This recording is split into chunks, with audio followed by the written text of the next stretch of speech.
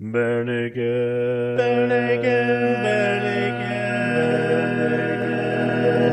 ABCs. Welcome to the Bare Naked ABCs, where this week, again, we will be putting aside our critiquing hats, and I get to put down the haterade for 1 week, as we have the distinct pleasure to talk again with a member of the extended Bare Naked family, and a powerful performer in her own right. This week, Erin and I have the honor of talking with a woman who has been very engaged with the Bare Naked Ladies lately. But first, let's talk about her own path. She won the Juno Award for the Best New Solo Artist in 1999, as well as won the Canadian Radio Music Award in 1999 for Most Charted Rock Artist for her song Adam's Rib. In 2003, she won the Best International Actress for Black Swan from the New York International Independent Film and Video Festival, as well as being nominated for 8 other awards in music. She has 7 solo albums. She plays the piano, bass guitar, mandolin, guitar, violin, and ukulele. She was a Broadway and Toronto scene actress. Her music has been on Being Erica, Brothers and Sisters, Buffy the Vampire Slayer, Dawson's Creek, Party of Five, and 7 other TV shows and movies. In 2009, Melanie started teaching a small group of students at her children's school in Toronto using the method of ukulele instruction that was established by her father, J. Chalmers Doane, in the 1960s. The Doane School is now a registered charity which teaches over 750 students each week in schools throughout Toronto, and I think that number's even up to 900 now. It is. And recently she had a project with the Bare Naked Ladies, as well as an earlier project with Ed, which we will get to later. I am very pleased to be talking tonight with Melanie Doane. Welcome, Melanie. Thank you. What a cool intro. I really appreciate all that. You're very welcome. So, do you mind if I call you Melanie? No, I don't mind at all. That's exactly the right name. Melanie, you have been a fixture in Canadian and I dare say American music world for a long time. Between albums and acting and theater, you have a very illustrious career. Can we go back to the beginning of that career? If I did my research right, you started by going to college to be a music educator, which I'm guessing was kind of inspired by your father? You got it. That's right. And I just thought that's what I was going to do. And I have an older sister who's a music teacher as well, and she was very inspiring as well. So that's what I thought I would do. What made you decide to change directions slightly and audition for theater after college? Well, I was still in college when I did an audition because I was wanting to get a job, a summer job. And I thought, well, this would be a fun job where I could be doing kind of an acting thing. And I needed, they needed a fiddle player and someone that played some instruments. And so I auditioned for something in my hometown that turned into a job that I got. And then at the end of that summer, everyone that I was working with at that job was auditioning for the professional theater in town. And they said, well, you should just audition. I was planning to go back to school, but I thought, well, I could audition. It'd be fun to step on that stage one time in my life. So I did the audition and I got the job. Then I had trouble because I was sort of hooked into this situation that really was exciting. And I decided to take a year off of school. And then I kept taking another year and another year. And that's what happened. So on Wikipedia, it says that your first show was Joseph and the Amazing Technicolor Dreamcoat, which I'm guessing it sounds like that was the second one that you did at the Neptune Theater. Is that right? That's right. That was the professional show that I auditioned. I just thought, well, maybe I'll just, who knows? I'll take a try and I'll audition for that. And that was the one.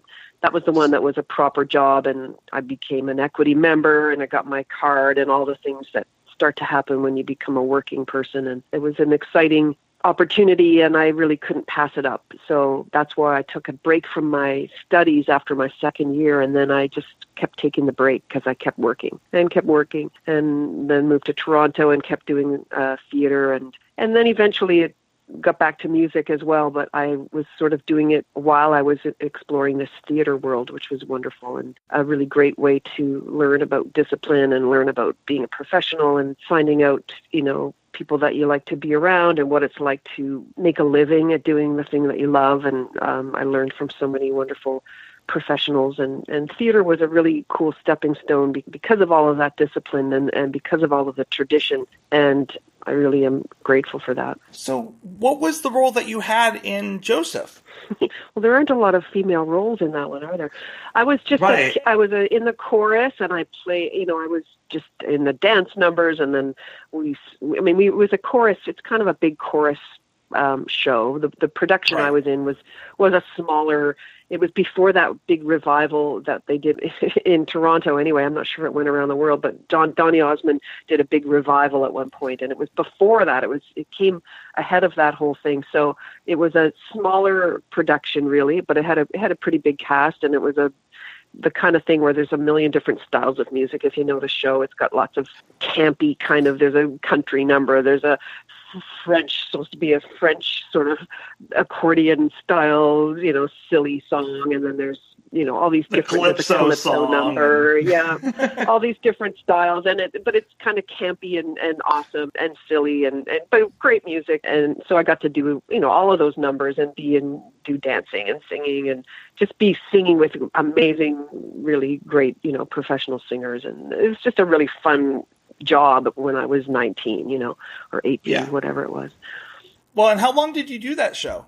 It was just part of a season. So I did that show, and then they offered, I did some more auditions because I was taking that year off. I was already out of school for the year, so I was going to work for the year anyway, just get another job or something till I went back. And then they offered me some more shows that year during the season. So that show would have been for a month maybe. And then there was another couple of shows that year that I got a part in. And then they offered me some shows for the next year. So the next season came along, and I went back to the theater and worked again. And then I moved to Toronto and started to do more stuff. So that was, I just got kind of hooked, and I kept thinking, well, I think you can go back to school even after 2 years. I think you're allowed to go back, and all my credits are still good. And then the third year would come around. I think I can still go back, and then I'd find, I think you have 10 years, And then I remember when the 10 years, I passed the 10-year point, and I thought, I think I'm not going back. I'd have to start from the beginning. That would be a drag. And then I just kind of realized, I just work. I'm working. This is what I do. I see, and that was okay too. Yeah.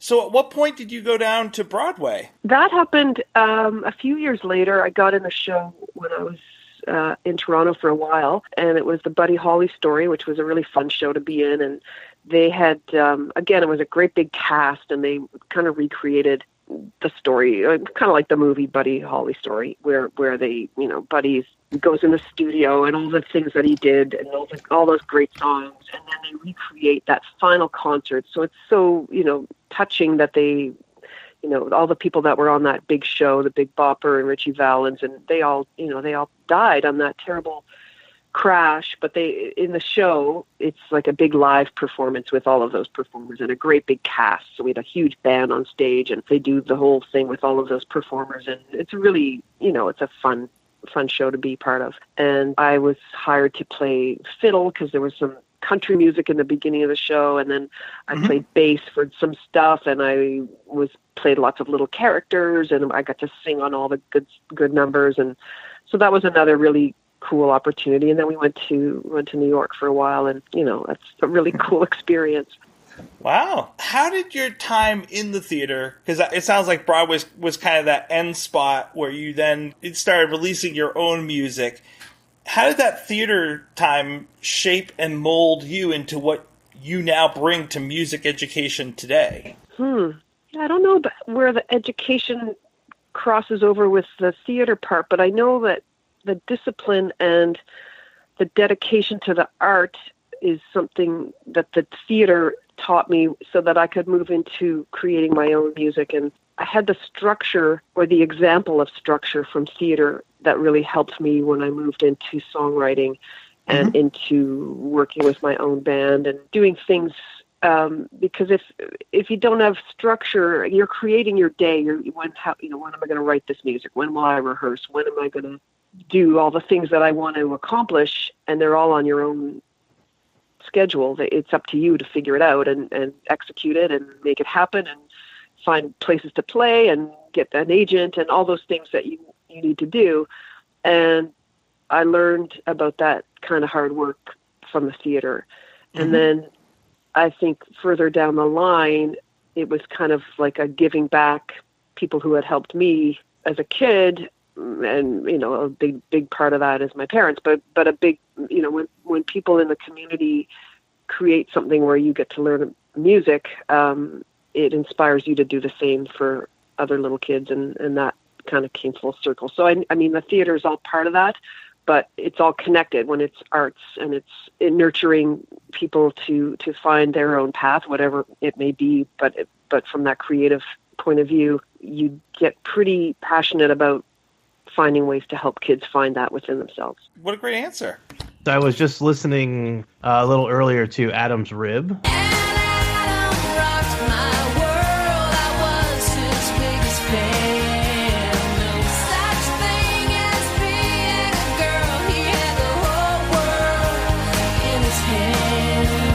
And really enjoying that. Thanks. Yeah, I mean, I know you've been up to a lot more since then, but I'm trying to put a finger on your sound. It's interesting to me. Wikipedia said, has you, I think, listed under pop and rock, but there's certainly some country influence in there, I would say. Well, you hear fiddle in there, probably is making you think that a that's bit. Probably maybe that's it. That's probably true. And I'm glad you heard that. That's great. I was really so ferociously including the fiddle or violin or whatever you want to call it on that album, and particularly that song. Really wanted it represented because it's so much a part of what I do. And then people sometimes get confused about, well, what is the style of music you're playing?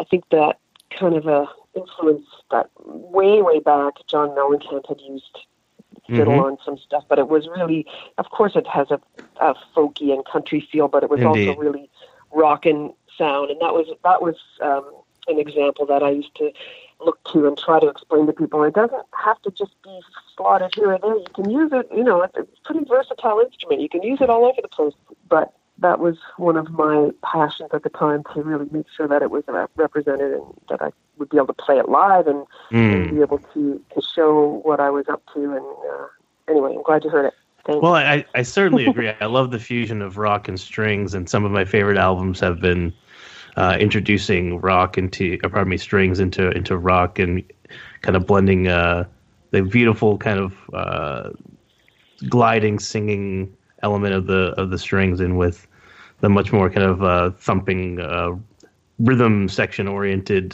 focus of rock. So how would you characterize your music? I mean, certainly your style has changed over the years and you've been all over the place, but if someone were to ask you to characterize or classify your music, if you could do such a thing, how would you do it? Yeah, I'm really terrible at it. I often just say something like, it's sort of pop music, or it's sort of rock influenced pop music. I mean, I don't like to be limited, and I love all kinds of music, and that's maybe one reason I've moved into working with students and in education, because we can do everything, and it's so exciting to be able to provide that when you're working with kids. But I really don't like to be limited, and I have so many influences from being a classical kid to growing up on the East Coast and having East Coast fiddle kind of music and folk music, and then my brother's a rock drummer, so he had a lot of stuff that I just loved, and my sister loved songwriters and the craft of writing songs and that kind of thing, and all of those things just are part of life and part of how I grew up. And I guess I like to be able to draw on whatever I feel like at the time. And you don't always get to do that. It's not always easy, but a band like Bare Naked Ladies are a great example of just you serve the song. I need to write this song now, and I'm going to serve the song. And I think ultimately when you do write, you can look at it that way. the song will tell me what needs to happen here musically. And if you're versatile musically and you already have a band who's versatile, you're writing with other people who are versatile, then you can